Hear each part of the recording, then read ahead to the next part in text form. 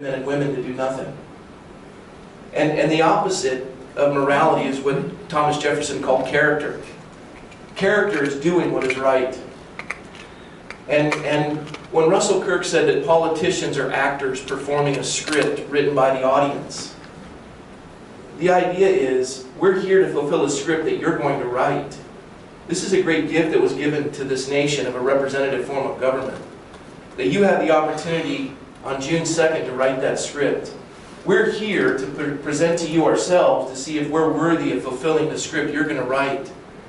That script is written not by complaining or by apathy. That script is written by folks who are willing to vote and to walk precincts and to post yard signs and to host events like this. This is a representative form of government of the people, by the people, and for the people. I'm just like you, I'm a citizen. Now, I also look at it in the sense that morality is not enough. We need to be men and women of character. And I couldn't take people where I was unwilling to go myself. When I looked at the decreasing voter turnout rate, voter participation rate in our own county, it saddened me. It's dropped now below 50%, and they're expecting this turnout to be anywhere from 15 to 20%. And so I stepped into this race to make a difference with the people whose lives I have an influence over. And I wanted to see them embrace once again this gift of a republic that we have. And so I stand before you today just like you. I have a college degree from Fresno State. If you're wondering where Fresno State is, it's the Harvard of the San Joaquin Valley. I graduated with a history degree. My wife and I have been married 25 years. When I graduated from Fresno State, I went into sales. I worked for Helene Curtis, Cheeseboro Ponds, Unilever, AC Nielsen. I became a divisional manager. I went on to seminary and committed my life to the ministry, and we've been doing that for the last 20 years together in our married life. I would also share with you that I was born and raised in a town called Coronado, California. My father was a naval officer. He'd come from a long family of public service. My father had 3 tours of Vietnam. Right now he's in a rest home with Alzheimer's. He may not make it to his 86th birthday. I went to say goodbye to him last Thursday. And as I look at my father's legacy and my mother's legacy, she was the president of the Republican Women, and for those of you who are Democrat, I would just simply say this is the joy of America, that we can agree that we disagree, but we still engage in this representative form of government. And so, having experienced this in Coronado and growing up in a city that no longer had large developments, but we had to live within our means and the decreasing revenues and the increasing costs, we watched as Coronado became a resplendent city. And then I contrast that with a city that I got my education in, Fresno, California, that was run by developers and special interests, similar to the ones that want to redevelop our downtown with high density and mixed use. And we watched as they absolutely destroyed Fresno, and it became the city with the second highest murder rate, second highest car theft rate. But when the public and the private sector came together, and we saw the largest decrease in crime in FBI statistics history of a city that size, it became America's finest city in '97. I participated in all those events. And I stand before you today, here to earn your vote. Before you leave, all of you will have my cell phone number. Just like Chase, I want to be accessible. I don't want to get more people to the city council meetings. I want to bring the city council meetings to the people.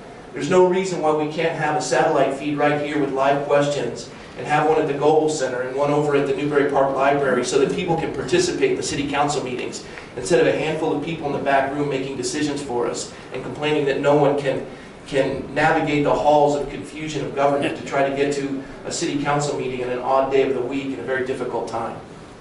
So I'm here to represent you, and I'd be honored for that opportunity. Again, I'm Rob McCoy, and I'm running for city council. Thank you so much. Thank you, Rob. Elizabeth is, if anybody's starting to have some questions, please hold the card up into the air. I have one that I'll start with to get people going. Do you need a card, or do you have a book? You have a card? Well, I wrote a card, but I have okay. no question. All right, well, I'll get to that now. We're going to start with the cards. I do want to, before anyone has a chance to leave, that means you, Esther. Oh, she's leaving. The election is June 2nd, so it is a special election. I didn't say this at the beginning because I wanted everyone here. It is really important that you all vote. I think one of you told me that 20 votes can make a difference. And because it's such a small turnout. So this room could make a difference. You need to vote. You can do it by mail. All it has to do is be in by June 2nd. You can take it in that day. Our drivers can take it for you. You still have your voter, mail-in ballot. So please make sure you get it done after today, and somewhere between today and June 2nd. You guys have questions for me? Okay, these can be either to an individual or to all three. First, I'm going to start with one that is probably for, I kind of got a feeling from Rob, unless I'm off, that you chose to do this because of the things you've seen elsewhere. You said, I need to get involved in government. But I want to know from Chase and from Dan, was there a catalyst? Was there one thing that really made you make this decision to step up? Or is this something you've been wanting to foray into politics, and that's why you're kind of here today and doing this? If I said 5th or 6th grade was probably the time when I got selected for one of the volunteer things you do in 5th or 6th grade. Through high school, I participated in something called Key Club through the Kiwanis Club, and I was actually chosen as the Boy State representative. Meeting a gentleman by the name of Philo Chambers, who he's been gone about 15 or 20 years.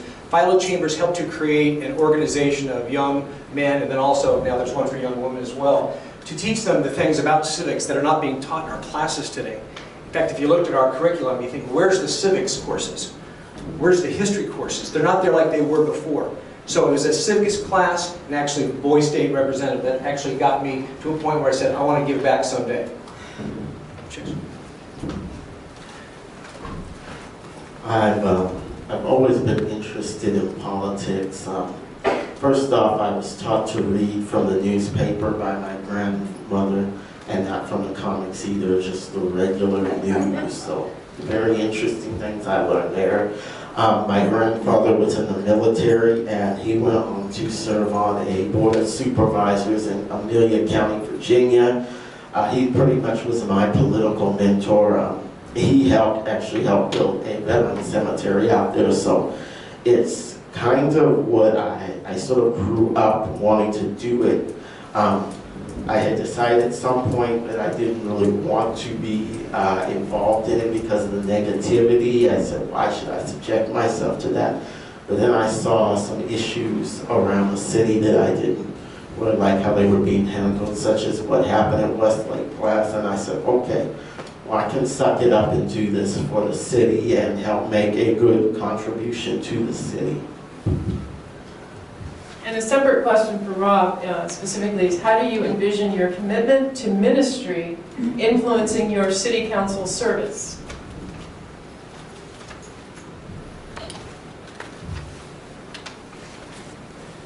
During the Assembly campaign, I was endorsed by Governor Rick Perry, Senator Rand Paul, also Governor Bobby Jindal, Governor Mike Huckabee. And the reason why is because we look at a community, we're segmented by minorities nowadays. That seems to be how people operate. And they placed me in a minority called the faith community. There's 85 million in the faith community in America. Of those 85 million, only 25% of them vote. And so the idea is, since 1954 with the Johnson Amendment, there's been a removal of influence from the pulpits in America to engage in the political process for fear of losing what they call their tax-exempt status. And there has never been a case in the history of the United States where that's happened. And so I stepped forward because the folks in our community were not engaging in the voting process, only 25% of the 85 million. And as I looked at that, I thought the skill set of a pastor is very similar to that of somebody who would hold office. The idea is you're a professional listener. That's what they teach you in seminary, to listen. You have 2 ears and 1 mouth. And so you listen. And secondly, you want to make good things happen for people. And as a result, on the front lines of dealing with every social issue imaginable, and as a Ventura County Sheriff's chaplain as well, I'm there at a critical stage in somebody's life. I've been at the bedside of over hundreds of people who have passed to comfort the families and understand their needs. I've been the one that they've come to when they can't make their mortgage payment or they're being evicted from their home. These are issues that you deal with day in and day out on a frontline basis as opposed from a distance. And the thing in a church is you can't raise taxes. It's amazing how politicians love to spend other people's money and be very generous with other people's money. I know how to live within the means to understand that the need has to be met with the resources that are available. instead of milking the system. And so all of the skill set that comes with what I've been doing for the last 20 years is applicable to serving.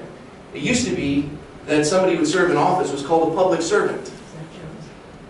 And that's exactly what I desire to do, is to serve you. And so there's my answer. Thank you very much. Okay, I'm going out into the audience because, Sally, I'm reading your question. And I can, but I'm not sure I understand what CEQA is. But I'll read the question and I'll let her fix it if I read it wrong. As you must know, this is to all of you, the California